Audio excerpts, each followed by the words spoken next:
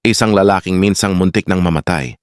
Ngayon ay sinasamba bilang pinuno, mga alagad, kapangyarihan, at isang planong magpapayanig sa mundo. Ito ang kwento ni Light, huwag kang kukurap. Ipinakita si Light na naglalakad habang ang kanyang mga alagad ay nagbibigay galang at pinupuri siya. Sa bawat hakbang niya, ramdam ang respeto at paghanga. Tahimik namang sumusunod sa kanyang likuran si May, ang tapat na tagapaglingkod ng ating bida. Dumating si Light sa isa sa mga lugar na kanyang nasasakupan. Masayang sinalubong siya ng mga tao, may ngiti, tuwa, at pasasalamat sapagkat muli nilang nakita ang kanilang pinuno. Ipinakita ang isang card na may pangalang Aoyuki na kasalukuyang nakaatas bilang bantay sa patuloy na paggalugad sa abyss. Kinamusta ni Light si Ellie. Ipinaliwanag ni May na patuloy itong nagde-develop ng kanyang magic. Ayon sa direktang utos ni Light, tinanong ni Light kung nasaan si Nazuna. Sinabi ni May na ito ay abala sa pagpapatrol at isa itong eksperto sa close combat. Ipinakita si Nazuna na masayang naglalakad sa loob ng palasyo habang ginagampanan ang kanyang tungkulin. Habang naglalakad sina Light at May, biglang lumitaw si Jack at tinawag si Light ng diretso. Nagalit si May dahil sa kawalan ng galang, ngunit sinabi ni Light na ayos lang ito sa kanya. Ipinakita sina Light at Jack na nagsasanay ng hand-to-hand combat. Tinulungan ni Jack si Light na patatagin pa ang kanyang galaw at depensa. Habang naglalakad si Nazuna, nakita siya ng mga maid at binati. Tinanong nila kung ano ang kanyang ginagawa.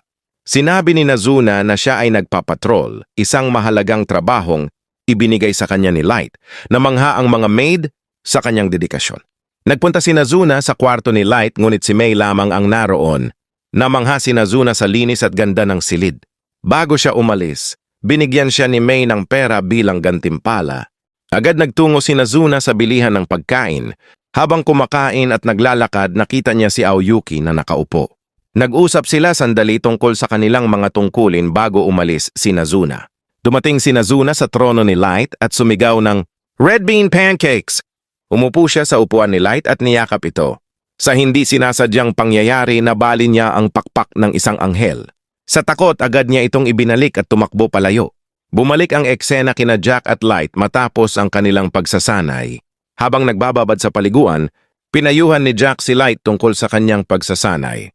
Ngunit sinabi ni Light na hindi niya ibababa ang kanyang depensa hanggat hindi pa siya handa sa tunay na laban. Hanggang sa makapaghigante siya, ipinatawag ni May ang mga maid na nagrereklamo dahil gusto nilang linisin ang kwarto ni Light. Humingi sila ng tawad, ngunit tinanggihan ni May ang kanilang kahilingan. Sa halip, inatasan silang linisin ang hallway hanggang sa throne room. Ipinakita si Nazuna na nakatitig sa isang gauntlet na labis niyang nagustuhan. Nakita siya ni Ellie at inakalang pagkain ang tinitingnan niya. Inasar siya ni Ellie hanggang sa magtalo sila. Napansin sila ng iba kaya umalis si Nazuna upang ipagpatuloy ang patrol. Bumalik ang eksena sa mga maid habang naglilinis. Doon nila nakita ang putol na pakpak ng anghel. Kasama sina Nazuna, Aoyuki at Ellie, biglang may lumitaw na halimaw. Naalala ni Light na ito ang parehong halimaw na muntik nang pumatay sa kanya noon. Naglabas ng nakakatakot na presensya ang tatlo, dahilan upang manginig sa takot ang halimaw. Pinahinto sila ni Light, lumapit sa halimaw at mariing sinabi, "Uumpisahan na natin ang plano ng aking paghihigante." Sa huling eksena, ipinakita si Garou na naglalakad habang hinahangaan ng kanyang mga kalahi, nakangiti habang papalapit sa kanyang sariling kapalaran. Ang halimaw ay umatras, ngunit ang paghihiganti ay nagsisimula pa lamang. Ano sa tingin mo ang susunod na mangyayari? Mag-comment ng opinion mo. I-like kung nagustuhan ang kwento. At mag-subscribe, follow para sa susunod na episode.